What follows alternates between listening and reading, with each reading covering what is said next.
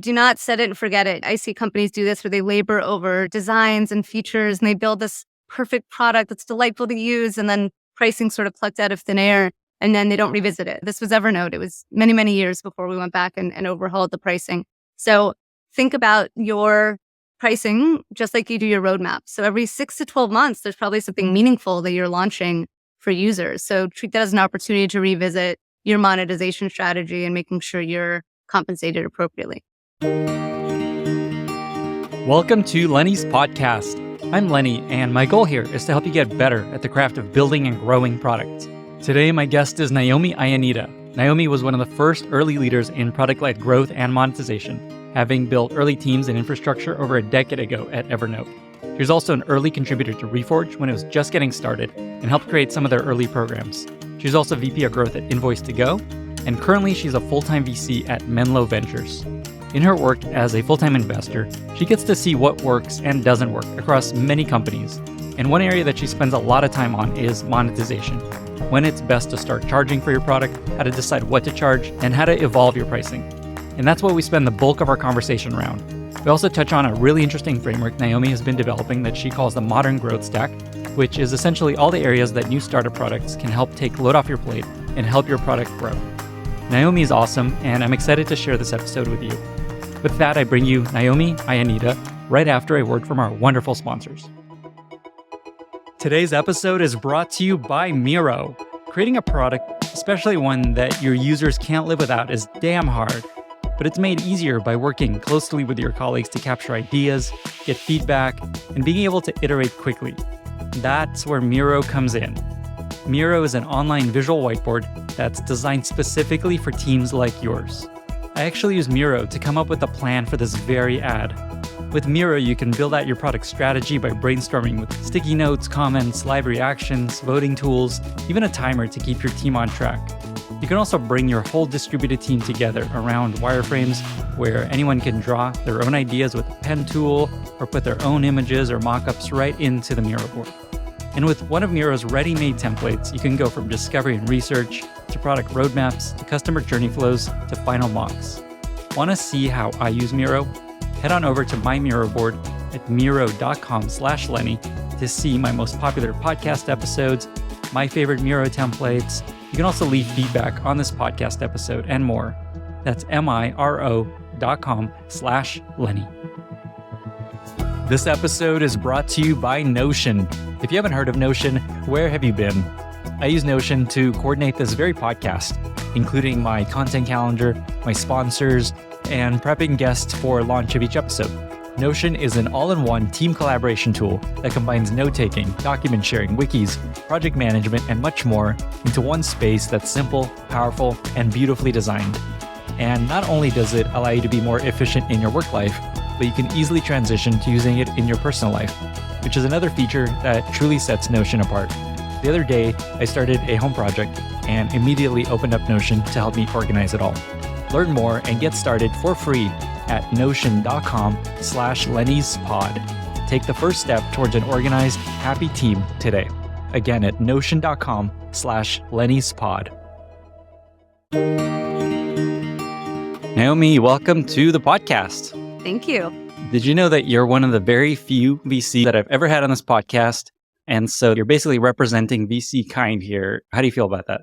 Wow. Well, thank you. I think early growth folks like us have a unique bond and a lens on startups and investing. So my operating background is something I lean on every day and has actually informed a lot of the thesis areas where I spend time now as an investor. So hopefully we'll bring it all together in that capacity. Awesome. That's exactly what I was just going to say. So I'm glad that you covered that. And so that's a good segue just to let's get into your background briefly. Can you talk about some of the wonderful things that you've done in your career, both at Reforge, which you'll touch on, and growth stuff, and then your VC life now? Perfect. So I'm a partner at Menlo Ventures. I focus on early stage SaaS from seed to Series B. I started my career in engineering and consulting before getting into tech back in 2006. Fell in love with product, did some new product development at a big media company before business school. And while at business school, I spent time at the Design Institute at Stanford. So this was an opportunity to kind of bridge my analytical background with this refreshing view on human-centered design and learning from the founder of IDEO. So brought that with me then to Evernote back in 2011, early days over there. I was there from about 10 to 100 million users. And over that arc, I shifted from more of a core product role to starting our growth product function. This was super organic. I started just collaborating with colleagues from across the business, come up with hypotheses, do user research, run experiments, drive metrics. This was a new way of building product back then. This was a decade ago. So the acronym PLG had not been coined yet. And I really just thought of myself as a user and data-driven product person. After Evernote, I joined a bootstrapped mobile SMB company called Envoy. It was the top grossing business app at the time. There, I built teams across product, data, growth engineering, design, and research, and again, focused on product-led growth and monetization. Over those two jobs, I found myself doing a lot more advising and speaking on the side on these topics. And my board members used to farm me out to their companies to help their founders think through things around product growth and pricing and various topics like that. And Reforge came together at the same time. So I would come in and speak on topics through that community. So that really accelerated my transition into venture. I realized how much I love having that portfolio view of the world and helping founders look around corners. So I think it's an incredible privilege to get to do the work that I do. One thing you mentioned is Evernote. I don't know how much you can talk about this, but they just got sold, right? Someone bought Evernote. And if I think back to Evernote, it feels like they could have been Notion, which is killing it right now. Any thoughts on what maybe they missed and didn't turn into Notion along the way? Yeah, we're going to clear some cobwebs here. It's been a while, but one challenge that Evernote really struggled with was this evolution from single player to multiplayer to team to enterprise. It's a chasm that a lot of bottom-up SaaS businesses struggle to cross. Evernote was philosophically antisocial. It was meant to be your second brain, kind of your personal tool. And I think that capped the company's growth potential. I always used to say you can't retrofit collaboration. You have to be collaboration first. And a lot of companies now really take that for granted. But back in mid-2000s, this is kind of a new way of building product. And so we missed that bridge. If companies do that well, it benefits every metric. That bridge from single player to multiplayer. Acquisition goes up. You grow organically through referrals and shared workflows. Retention goes up because now you have these shared workflows that are incredibly sticky. Employees are accountable to each other to say, this is how work gets done, like design in Figma, roadmap planning and ticketing in like Jira or Linear. It just becomes the default platform. And monetization goes up, right? Revenue scales with usage. And so the more people using it, the more they use it, you start tripping the wire on paying more and more over time. And so Evernote really struggled in crossing that chasm from the prosumer tool of choice that employees wall-to-wall were using, but never became this larger, high ACV contract from a sales perspective. Yeah. It's always easy in hindsight to see what could have been better, what could have worked out, what didn't work out. So what are you going to do? So you mentioned monetization, and I know that you spend a lot of time with founders working on pricing, monetization, especially using monetization as a lever for growth. And so I want to spend some time there to kind of pick your brain about what founders and growth teams can do and how they should think about monetization in terms of growth. And then Perfect. And then you also have this cool concept that you've been developing that you call the modern growth stack, which is kind of this play on modern data stack. And so I want to spend some time there. Perfect. Cool. So to dive into that first topic of monetization, if you think about when you're starting a company, what are some of the biggest challenges you face start building a product, especially a B2B product? I always think about pricing and trying to figure out how much to charge, how to charge your pricing model, how to evolve your pricing, when to charge, all these things. And so I know that you work with founders helping them figure these sorts of things out. And so maybe a first question here is just, what do you find startups most often miss or get wrong when they're starting to think about monetization? There's a lot to cover here. I'll cover a few missteps that I think are most common. One is waiting too long to monetize. Another one is underpricing. And this isn't just setting the base price too low, but it's also leaving money on the table by not offering different plans to cater to different segments. And the third one is all too often with pricing, people set it and forget it. So this idea that when your product development work is never done, neither is your pricing. And you need to combat that along the way. So those are three areas I think we can cover here. Maybe starting with one, I can jump right in. I think waiting too long to monetize. So the beginning of a startup's journey is all about creating something of value. right? That's the whole point. Hopefully founders have some unique market insight or some, authenticity around a pain point and some novel solution that's going to change the world. So that business value is really critical, but the other side of the same coin is being properly compensated for that value as a business. So I understand the vulnerability of being a new startup. You just want people to use your product. And I view that, early kind of free beta user feedback loop as an R&D cost to make sure you're building the best possible product and that they're deriving a lot of value. But I see companies wait too long to make that shift from building a product to building a business. And I think that's the true signal of product market fit, is ultimately having people open up their wallets and pay you. So looking for people to get to that end goal. And so again, like, these things aren't mutually exclusive. You're going to create business value, but you're going to be compensated for it, and prioritize your roadmap over time so that you're building based on what people actually want and are willing to pay you for. So when you don't monetize, I think you're doing yourself a disservice. The things that I see is, the pain of leaving money on the table. You're inadvertently cheapening your product. People attribute a lower dollar value or a $0 value to what you've built. You're missing out on critical feedback loops to understand what people are willing to pay. And you're shooting your future self in the foot, because this is the other problem, is at some point you're going to start charging and you're going to experience some backlash. So it's nice to get ahead of that. So a few things to think about and a food for thought around delaying and sort of kicking the can down the road from a monetization standpoint. So just to reinforce that, your general piece of advice is, if you're building a B2B product, start charging immediately. Don't give it away for free. At least have some, like, you probably give it away for free, make it clear, we're going to charge you this much soon. How do you think about that? Yeah, I don't think those are mutually exclusive. So this isn't to say that I don't like freemium models. Evernote was the darling of freemium over a decade ago. So I'm still a big believer in that. It's more a question of where you put the paywall. How much do you give up for free? And then how do you price and package a paid version of your product? So freemium is all about getting that top of funnel excitement, getting people to build habit formation. You're collapsing time to value, you're building habit formation, you're building all these champions to use your product. But the idea is to shepherd them along into a paid version of your product, and to, again, like, not delay the idea of, like, what should our premium features even be? What should that paid plan even look like? Again, going back to the misstep at Evernote, I think there was always a premium plan, but it didn't really bridge into enterprise. So we can talk more about that. This is kind of a tangent, I know, because you have these two other pieces of underpricing and setting it and forgetting it been talked about. But do you have any advice for deciding what goes into freemium and what? If it gets you to the aha moment, like that path to habit formation, that has to be free. That's the core utility of your product. And so the idea is that in that first session or first day, someone's getting to see the delight and saying, oh my God, I'm never going back to the old way. This is how X gets done. If you're looking for some virality or network effect, that's the other thing.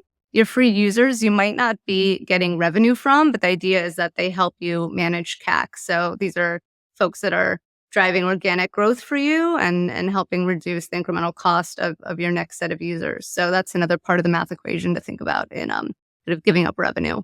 You also have this model that you didn't mention, that you mentioned in a previous chat we were having offline, of this idea of day one versus day 100, like stuff people need on day one versus what they need down the road. Do you still believe in that, and what should people know about that? I do believe in that. That was tied to, we had done this experiment at my last company, Envoy, where typically on the demand curve, the higher you raise the price, so average revenue per user, ARPU, the lower the conversion rate. So these things are inversely correlated. And we were able to do this rebalancing of our pricing and packaging so that we actually doubled our upgrade rate from our starter plan to our pro plan, while also increasing the price of the pro plan. So to actually get twice as many people to upgrade while paying something like 30% more for that new plan is pretty rare, to get the compounding benefits of that. And what we did was thought a lot about, what is a day one premium feature? What is a premium feature that you can get value from the very first time you engage with a product? That's different than your day 100 features. Those are the ones that represent more advanced functionality. Maybe they're ones where the value is derived from having a certain scale of data in the platform. And so those, you shouldn't waste sort of cognitive load for your users to have to even understand or try to appreciate when they're first getting going. Push those into a more advanced pro version of your product and monetize them down the road through an upsell. So big believer in, how do you really keep pricing simple And we've all seen those SaaS pricing pages where there's a laundry list or just like a gnarly matrix of features and functionality. So do what you can to think about that journey for a user and how they're going to continue to increase value with your product over time and how you can map your pricing and packaging against that journey. I really like that framework because it's so straightforward and simple. Like, as you use it, you'll need more enterprise features innately because you're sharing it more widely. Your head of security is going to be like, what are you doing with this thing? Your finance team is going to be like, oh, how do we pay for this thing? And so that's a really nice, simple way of thinking about what to put in freemium in your free plan versus not. So glad we touched on that. Great. Okay, so we were going through the 3 things that companies and founders do wrong when they're starting to price. And so the first you said was they go too late. And I tangentized us. And so I'll give it back to you to keep going through this. This is by far the most common issue. And so one framework I like to use here is matching price to value. So when you do that, you create alignment with your user. So this entails picking the right value metric. So this is the unit of value that, they derive from using your product. And it creates this natural escalator because as people use it more, you get paid more over time. So SaaS was historically built on a seat-based model. That's been sort of historical SaaS pricing. And now with the rise of PLG, we've seen more of these usage-based approaches gaining speed. So that's pretty exciting to see. So whether it's number of API calls or messages sent or terabytes of storage used or words written, this usage-based approach really matches price to value over the lifetime of a customer. The other thing that happens when you match price to value is it helps you understand who you're building for. And it lets you target different customer segments. So in doing that, you're able to better serve each segment, but you're also able to maximize revenue for the business. Evernote always had a business model from its beginning. It had $45 a year for an annual subscription. And this set the foundation for the company and tens of millions in revenue, early revenue growth. But the approach was suboptimal. So as a growth team, we started doing surveys. I was really curious to understand why people converted from our free version to our premium subscription. And one of the most popular answers without fail was, well, I just feel guilty. I use it so much. I get so much value from it that I just feel obligated to pay. And take that in for a second, because if guilt is one of the main reasons why people are paying you, then your free version is too good and you are leaving money on the table. So a single premium tier is often a mistake.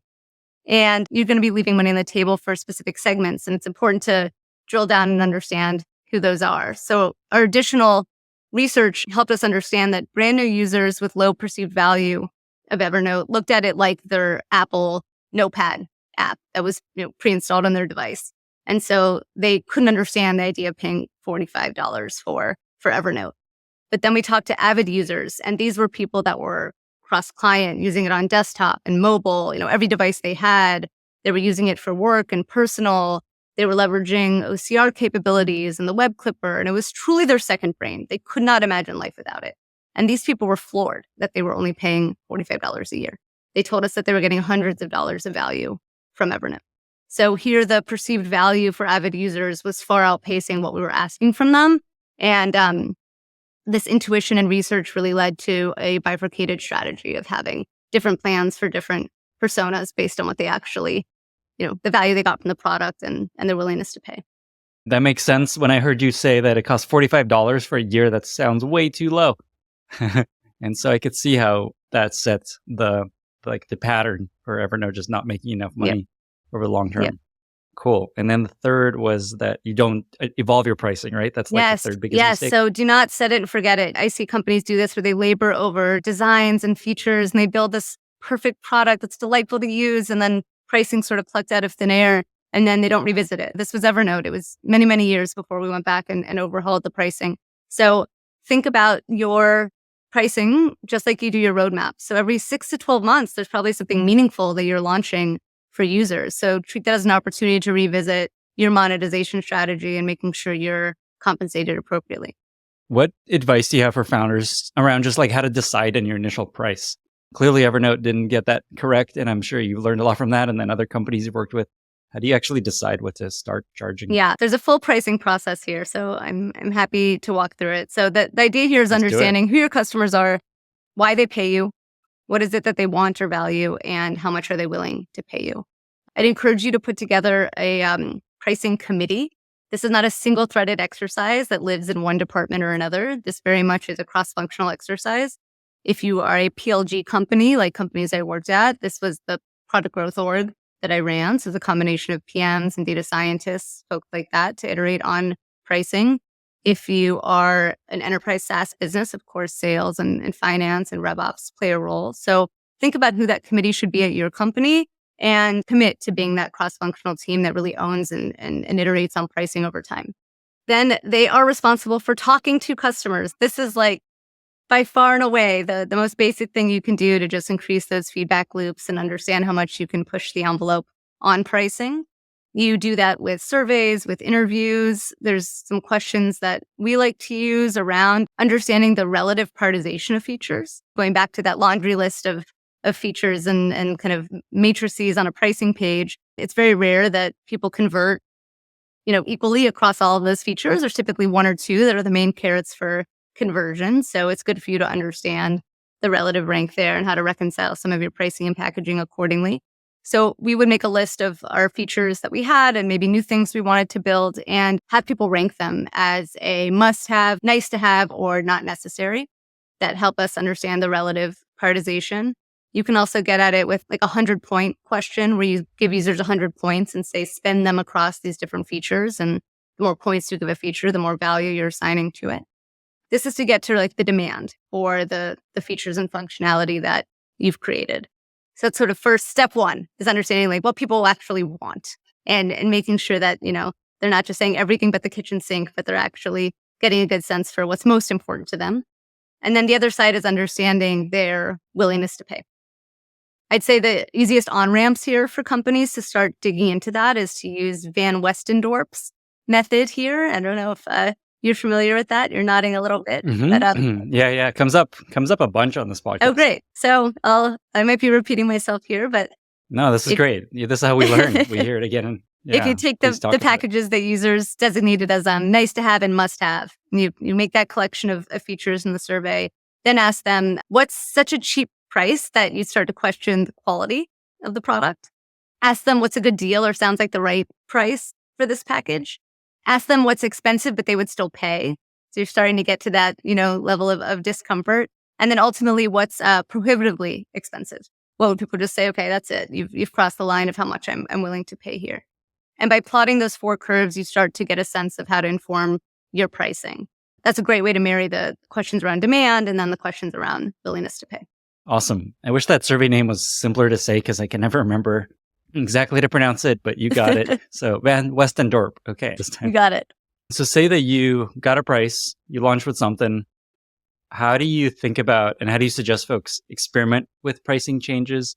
And then just what impact have you seen from making a pricing change, either in terms of revenue or growth? What kind of, because I know you work with a lot of startups on these sorts of things. So I'm curious. Yeah. What's like how big of an impact can you see from pricing changes? Oh, it can be huge. Our friends at OpenView do a really good job of pumping out content and doing these great, sort of SaaS benchmarking surveys. So they did something recently that showed that roughly half of companies that instituted a pricing change saw at least a 25% increase in ARR. So that's a pretty massive step function improvement in your revenue from something that doesn't require massive technological overhaul. Yeah. I find that most companies regret not doing it sooner. ProfitWell is another group that I've friends at and I have a lot of respect for them and the content that they've put out. They did a survey once on, I think it was over 500 SaaS companies, and they looked at for a 1% improvement on acquisition, retention, and monetization, how did it impact a company's bottom line? And they found that the impact with an improvement on monetization was 4x that of acquisition. So this idea of how can you efficiently improve your business? Monetization is really underappreciated as a growth lever. So definitely something people should be thinking about. That's part of my goal of doing this podcast is making sure founders are compensated in a way that they deserve. So let's hope everyone makes a little more money after today. And I've seen a lift upwards of 10x on revenue, but it's sometimes hard to parse just the pricing change because usually it can be coupled with big product changes, a rebrand, a lot of PR, the launch of a new plan like a team or an enterprise plan. So it's hard to sometimes understand the just the pricing change in isolation, but it really can be pivotal for companies. And when you think through the pricing change that you've seen, is the impact often from raising the price just broadly? Is it like segmenting more intelligently? Is it changing freemium versus paid? Is there like a bucket you think of, like here's generally where the biggest impact ends up being? Yeah, it comes from doing it holistically. I think it's very rarely as impactful if you just, you know, pick a new price or just launch a new plan. I really think of it as rebalancing pricing and packaging overall. So it's doing this whole exercise of understanding what people actually want, what their willingness to pay is, and mapping it to that user journey like we talked about, from single player mode to multiplayer, that first other person you connect with and have a workflow with, spreading it to your whole teams, and ultimately spreading it wall to wall across an organization. So it's a longitudinal view of the user life cycle and thinking about your whole business model holistically. I don't know if you can talk about any of these, but is there a company or an example that comes to mind where you did a pricing change and just talking about what they changed just to make this even more concrete? I have a specific story there with one of our companies, Envoy. This is a fun one. So he was just getting started. This is Envoy, the visitor registration tool that I'm sure a lot of people have used, especially before COVID. Probably mostly in SF. So I imagine folks in other countries don't know about it. Maybe describe it. Yeah. So it is, if you visit an office, instead of just signing in to that, piece of paper in the lobby with your name and your email address and what time you checked in, it is a digital kind of iPad-based way of checking in and sharing information with the person you're visiting. And so in talking to Larry and getting a feel for how he, sort of his evolution around pricing, he tells a story that I love. So he was meeting with a big hospitality company, and the conversation was going really well. This prospect was really leaning in and excited about using Envoy, and the conversation shifted to pricing. So in that moment, because Larry was feeling some good vibes, he decided to 10x the price that he was typically charging people. So just in the moment, he decided just go for it, go out on a limb and ask for 10x the typical price. And in that moment, the exec said, okay, sure, sounds good. Like not a minute of hesitation, not a second of hesitation. And what he learned in that moment was that, one, he was wildly underpriced. It was very clear that he hadn't even thought about what the ceiling was. But the truth was, he probably could have pushed it even further, considering there was no hesitation. So what I encourage users to do especially in like these enterprise conversations, is to continue to ask for more, to understand where the upper bound might be, and to understand that it's okay sometimes to lose some deals due to price. Something on the order of 20 to 30% is reasonable, so that you can get a sense for where the limit might be. The vast majority of companies are definitely undercharging, like we discussed. So go out on a limb like Larry at Envoy, and you can see that sometimes you can 2x, 4x, even 10x your price. That's an awesome story. And it touches on exactly what you said, where people often underprice. I imagine it's strategically smarter not to go straight to 10x and maybe go 2 or 3x until people start pushing back, because you lose a lot of data there. But that's one way to just zoom to to an answer. Yeah, they're all feedback loops, right? So I think there's some incrementality to it. But you got to understand who these different segments are. And if you don't have enough data points, it's hard to really understand how to continue to optimize. Any other tips that you want to leave listeners with around pricing or monetization, or even testing pricing, anything there before we shift to our second topic? Yes. So we talked a bit about research methods and different surveys you can do to help inform your pricing. And with enterprise, it's all about continuously asking for more. But if you're a PLG company and you have a public-facing pricing page, I'd encourage you to experiment. This is something people shy away from. And frankly, there haven't historically been great tools for companies and sort of infrastructure to be able to do this work. So at Invoice2Go, we invested very heavily in some internal tooling. We had a whole metering and SKU management and experimentation system in-house. It was a big growth engineering undertaking. And with that, we tested different value metrics. We tested different quota limits, price points, promotions, you name it. We tracked the consumption of our pay-as-you-go model and, loop that back into the product so we can nudge users along the life cycle to get them to convert or upgrade or renew once quota limits were reached. So there's a lot there. I'm excited about this new wave of modern tools to actually help you do this and not sink a bunch of engineering time into building something in-house. So that's something we can talk about in a bit. But that investment was very worthwhile. We had huge revenue gains by being able to iterate in a way that was more streamlined. There's some things to watch out for, though. It's hard to test pricing. There's a lot of different variables to isolate. So you got to make sure you're bringing a consistent test experience to the in-product experience, your pricing page, maybe mobile app stores or lifecycle emails that you're sending. One trick you can do is we would segment these tests by geo. So we would do some tests in Canada or Australia before rolling out in the US. That was a nice way to just put some constraints around our experimentation. And the other thing you really have to think about is the long-term nature of pricing experimentation. So knowing if you succeeded and failed often requires understanding the implications on churn. Let's say part of your test is like year one discount. You need to understand how do users perform in year two and have a sense of the trade-offs around user growth, retention, ARPU. So all of these things are different levers that you want to optimize over time. This episode is brought to you by Vanta, helping you streamline your security compliance to accelerate growth. If your business stores any data in the cloud, then you've likely been asked or you're going to be asked about your SOC 2 compliance. SOC 2 is a way to prove your company is taking proper security measures to protect customer data and builds trust with customers and partners, especially those with serious security requirements. Also, if you want to sell to the enterprise, proving security is essential. SOC 2 can either open the door for bigger and better deals, or it can put your business on hold. If you don't have a SOC 2, there's a good chance you won't even get a seat at the table. But getting a SOC 2 report can be a huge burden, especially for startups. It's time-consuming, tedious, and expensive. Enter Vanta. Over 3,000 fast-growing companies use Vanta to automate up to 90% of the work involved with SOC 2. Vanta can get you ready for security audits in weeks instead of months, less than a third of the time that it usually takes. For a limited time, Lenny's podcast listeners get $1,000 off Vanta. Just go to vanta.com/Lenny. That's VANTA.com/Lenny to learn more and to claim your discount. Get started today. There's a question I wanted to ask you, and maybe it's too big of a question to answer simply, but it's this question you just raised of trading off revenue versus growth. That's one of the most common trade-offs founders have to make. Do you have any just general thoughts, advice there? Is there one you should generally index on?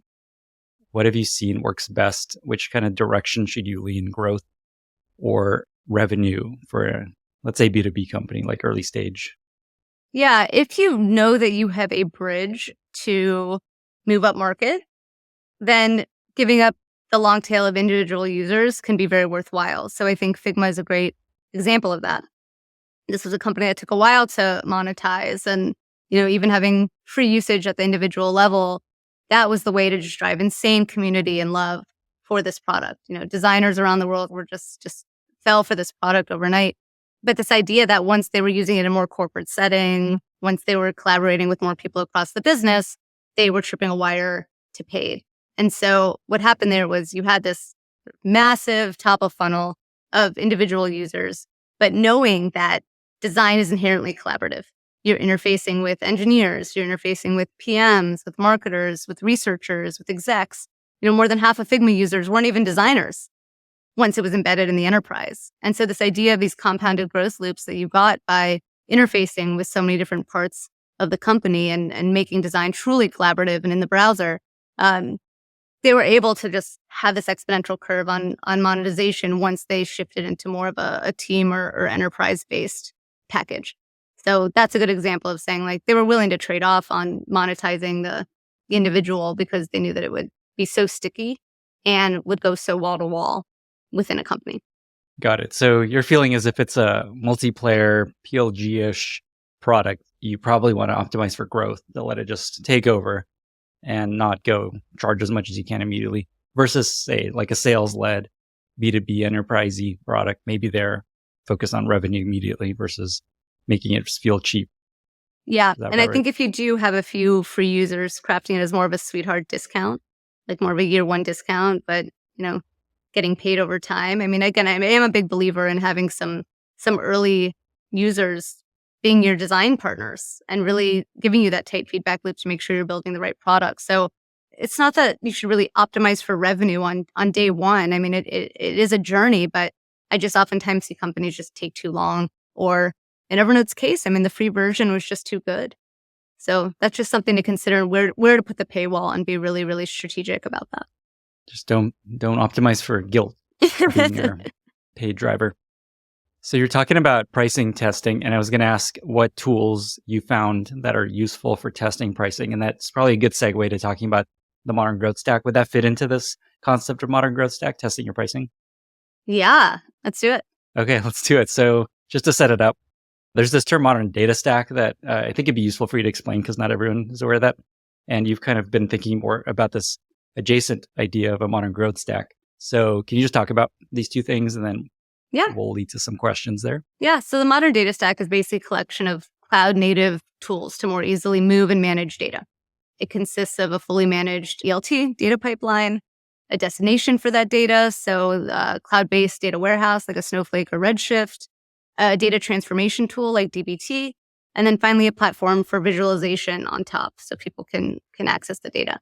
This is, the play on modern data stack was very intentional. I think of the modern growth stack, or my core thesis area right now at Menlo, as the evolution of what you do with the data. So these are the workflows that the data enables to drive the business forward for product growth and revenue teams like I used to run. It's the modern replacement for infrastructure that, teams like mine built or bought. When you're responsible for driving things like activation or monetization or retention, there tends to be a lot of these internal tools that are built because you're really powering cross-functional teams to do this work. It's not sort of mapped easily into legacy departments. Awesome. And the general idea here, right, is there's so many more tools now to help you grow. With the data stack, there's just all these tools now that make it so much easier to collect data, use data, make decisions off data. And you're finding the same things happening with growth. What are some of the tools that you found to be super helpful? I know you're an investor in some, you're not an investor in others. It'd be good to just talk about, here's just like a bunch of cool tools and how they fit together as much as possible to help you grow your startup. Yeah, and I want to reinforce some different themes before I get into some layers of the stack, because I think it's important to frame the benefits of the modern growth stack. So 1 is data, 2 is workflow, and 3 is impact. So starting with data, the modern growth stack companies really are powered by these smart integrations and the automation that you get as a result.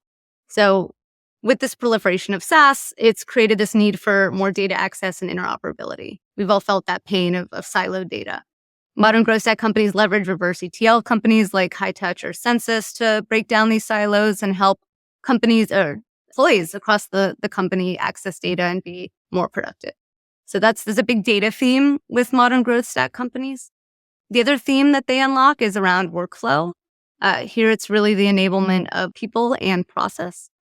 So rather than employees sitting in their departmental silos, modern growth stack companies build bridges between them. So by unlocking data access, the business side can often self-serve and be more self-sufficient without relying on an engineer or a data scientist to run queries or stitch together data sets for them. The other thing here is lots of growth work is inherently cross-functional. So the efforts to drive growth requires new tools and collaborative workflows like we're discussing. Without purpose-built software, many teams like mine felt no choice but to build in-house. So we spent sacred hours building and maintaining tooling for experimentation, personalization, billing, monetization.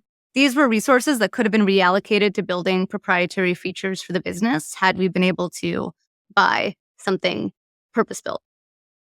And finally, these products really drive impact. So the idea here is driving hard ROI in the form of cost reduction. So automation means time savings, and oftentimes that can be mapped directly to cost reduction for a company. But they also help product and growth and go-to-market teams better engage and monetize customers. So they're driving hard ROI in the form of revenue impact too. I'm really compelled by companies that can drive hard ROI both across cost saving and revenue generation. And I think that ROI story is even more compelling now in a softer macroeconomic climate. You just have to be able to continue to retain sales and pricing power. And I think that's derived from a strong ROI story like I described. So those are general themes and sort of consistencies across the companies that I get particularly excited about. So happy to talk about a few layers in the stack. And I think, You might be familiar with a few of these as well, especially based on your growth background at Airbnb and tools Yeah. that you Yeah. probably build yourself. Yeah, exactly. That's what I was going to say, that so many of these things are just coming out of startups that have built these in-house. And then they're just like, hey, I could start a company doing this and provide it to all these other companies. And so I just love that there's all these tools coming out that just make it easier to build startups and grow startups and do less work and have less people.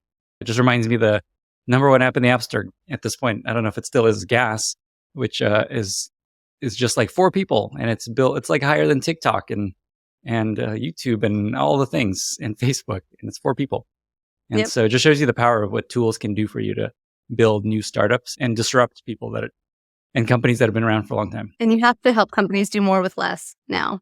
There's a lot of frozen budgets, and that's a good way to break through. So I love that these companies can do that for the buyer. So one that's come up a bit and gotten a lot of airtime recently is product-led sales.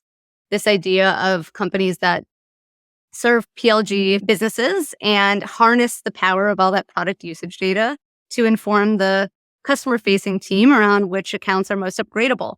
It's really free money when you shine a light on an account that nobody was paying attention to, and some inside sales team can drive a large account expansion. So I don't know what better ROI you should get than that. And there's a bunch of companies that are doing this. Endgame happens to be one that I work with. They have customers like Figma, Loom, Calendly.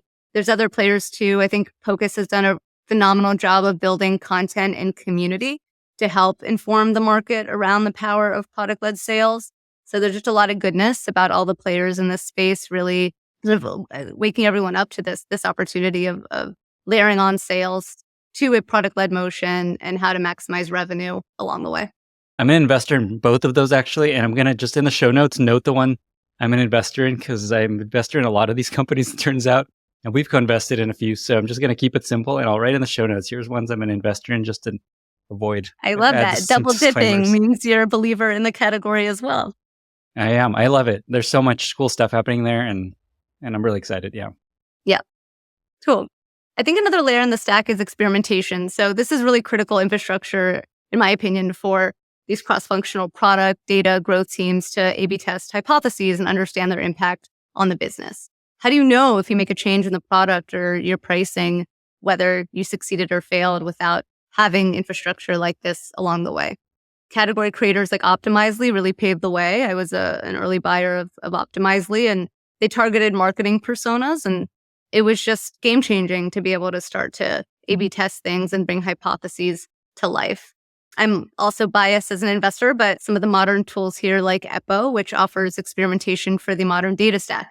So unlike Optimizely, which focused on more kind of click-through metrics, Eppo ties directly to the metrics in your data warehouse. So tying an experiment result to things like subscriptions or revenue or margins, really like, board level metrics that you're trying to move, they make that full trip really convenient and understand the impact on those business KPIs directly. So it's a lot of automation around the experimentation results, and analysis that used to live off to the side in Excel or Jupyter notebooks now is automated away with Eppo. I think you're familiar with that. Yeah, I am. I know we definitely didn't plan this, but Eppo's both a happy sponsor of this podcast. I'm also an investor in Eppo. Go Eppo. But this was not planned. This is Airbnb roots. Love it. It is. Yeah, it's my colleague. Was an early data scientist at Airbnb. So exactly. I'm sure I worked with him at Airbnb, and he was amazing, and I had to invest in anything that he built. He built an awesome thing. Yeah, so, exactly like you described. I love these founders that have deep authenticity around the problem because they built it internally and now they're commercializing it for the masses. And so the story of Che and Eppo is a good one on that dimension. And there's other players too. I'm also a big fan of Amplitude, been a buyer of that tool as well. And I love a lot of the team there. So if you do not have a data team or a data warehouse and you still want to leverage, being able to do behavioral kind of ad hoc analysis or experimentation, that's a great tool for you as well. So a lot of different ways to solve this problem in the market. Also a happy sponsor, go Amplitude. Cool. I love it. This is great. Hitting on all my favorites. Okay, let's keep going. What else we got? Well, I talked a lot about billing and monetization, so I'd have to talk about that one. I think platforms for managing billing and iterating on your pricing and packaging, this is just such a big need. I think these will transform business models for SaaS in particular. Most companies have been seat-based, like we described. So, the historical incumbents like a ChargeBee or a Zora really serve that model.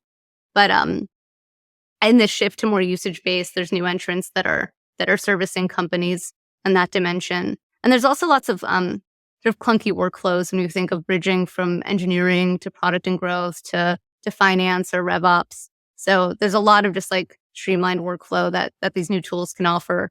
Some early breakout players in the world of usage-based billing are Metronome and Orb. There's also more room to handle the full like monetization infra layer. So, for example, I like how Orb marries the billing component with the data infrastructure to actually inform what your pricing and packaging iteration should be and help you forecast and optimize revenue. So there's other players that are doing different components from this journey of the metering piece all the way through to the experimentation piece. And it's been really, really fun to get to know players in that space. And I wish I could have been a buyer of them many moons ago. Not an investor in these yet, so that's cool. Quick tangent. Do you have a strong opinion on pricing models, usage-based versus seat-based versus something else? What's your guidance to founders? Like, is this the way to go usually, one of them, or is it super dependent? What do you recommend? Yes, this is a similar answer I had before. I don't think that they're mutually exclusive. And so if you look at all the companies that, in different pricing models in SaaS, a small sliver, less than 10%, around roughly 5% have just pure natural escalator kind of usage-based model. The vast majority have a hybrid approach. And so what I mean by that is they're typically some good, better, best subscription model where there's some consumption component across each tier, like some quota limit for your given value metric. So in Slack, that might have been number of messages sent, or Dropbox, number of terabytes of storage. Invoice2go might be number of invoices. There's some dimension that's been sort of packaged in with a given pricing plan. And once you reach that limit, it is a trigger to get you to upgrade to the next plan over, or sometimes there's overages that you can pay for. So I don't believe that, you should just be seat-based or just be usage-based. I think one challenge with purely usage-based models is that's not always how CFOs want to buy. I think buyers sometimes want predictability. They want to be able to budget for your tool. And I've lived that. I remember using tools like Mixpanel and Segment and even Jira to an extent where, I was paying a cheap amount to get going. And all of a sudden I realized we had grown quickly, and I looked at all of our SaaS spend and I was like blown away by how much more we were paying. So it's the other side of this, I'm advocating for people getting paid and, compensated for the value that they're delivering, but there can be a breaking point. And so how do you think about packaging a fixed and variable component so that people can more predictably buy your software? Any other layers of the stack that you want to touch on? / which would you be most excited about in the future? Do you think people should be paying more attention to that maybe they're not paying attention to? I mean, I wouldn't be doing my job as a VC if I didn't mention generative AI right now. It's really having a moment. So there's a bunch of breakout applications there that sit within this theme of the modern growth stack. When you think of using AI to create images or text or code or audio or video, these capabilities change the way teams work. So writing a blog or writing copy for an ad, SDRs doing their work and kind of outbound sales efforts. There's just a lot of these touch points where it's humans kind of tinkering and iterating and laboring over every word. And if AI can tell you what's going to be a more performant version of something, that's a very, very hard ROI exercise there. You save time and hopefully you've improved your performance across the various, marketing or sales campaign. Where do you think AI will be the most help on growth, in terms of growth? Do you have an idea there? I think what I described around marketing and sales, just because they really, touch the dollars. It can be this ROI story around saving time, but also driving revenue. There'll be plenty of really effective examples within things like customer support. I mean, the cost savings potential there is going to be massive. We'll see what happens in engineering with generating code. I think there's a lot of areas where it's going to touch the enterprise. But from a modern growth stack standpoint, I think something that's really revenue generating and can point to attributable ROI on that dimension is going to be pretty relevant to where I'm spending time right now. I'm excited. Any last thoughts before we get to our very exciting lightning round? I'm happy to hand it over to the lightning round here. Well, we've reached the very exciting lightning round. I'm only going to have 4 questions for you. I'm going to ask them pretty quick. We'll go through them fast. Whatever comes to mind, no pressure. Question 1. What are a couple books that you've recommended most to other people? My buddy Manavan from Simon Kucher's wrote a book called Monetizing Innovation. This is a great read. He and others there have done pricing engagements with hundreds of tech companies. So there's a lot of stories and practical tips there. I often gift that one to founders. So I can't do this whole talk without giving a nod to my friend Manavan and his Bible. Awesome. I just recorded an episode with Manavan, and so that's a great pick. Question number 2, favorite recent movie or TV show that you really enjoyed? I have little kids, so I don't know if this is going to be as interesting for folks, but we like Storybots on Netflix. They're these little cartoon characters that answer kids' questions. So people sort of call in and ask questions, and they do a whole episode on why is the sky blue? How do airplanes fly? How do eyes see? And I inevitably learned something from watching those. So those are very kind of playful and educational shows. I clearly need a new outlet. I don't know the answer to any of those questions. I need to watch this. Okay, so question 3, I'm looking at my notes and I've never asked this question before, so I don't know where this came from, but I love it. Who's been the biggest inspiration to you in your life? I mean, this one's pretty easy for me. It's my parents. They're from South America originally and lived on 3 different continents before immigrating to the US for graduate school. It's a pretty cliche American dream, but they came here with nothing. Just this idea of building a family and taking advantage of the educational and professional opportunities in America. They progressed through school and building their career in 3 different languages with no financial support, no entrenched kind of resources or networks to lean on. And I just can't imagine doing that. Just the stress or cognitive load of kind of restarting your life in whole new geographies and cultures and languages and just, betting on yourself and figuring it all out along the way. So my drive has always been rooted in their story, and I'm forever indebted to them. I need to ask this question more often. That was an amazing answer on the spot. Naomi, we have reached the end of our chat. 2 final questions. Where can folks find you online if they want to learn more? Maybe pitch you startup ideas, contact you if they want to ask you questions. And then finally, how can folks be useful to you? I'm a partner at Menlo Ventures, so you can find more about me and the firm at menlovc.com or else on LinkedIn or Twitter. My DMs are open. Amazing. Naomi, thank you so much for being here. My pleasure. I look forward to talking to more folks who are building things across workflow automation, data, AI, and the modern growth stack. So thank you. It's always a pleasure. All right. DMs are coming in as we speak. Thanks, Lenny. Thank you so much for listening. If you found this valuable, you can subscribe to the show on Apple Podcasts, Spotify, or your favorite podcast app. Also, please consider giving us a rating or leaving a review, as that really helps other listeners find the podcast. You can find all past episodes or learn more about the show at lennyspodcast.com. See you in the next episode.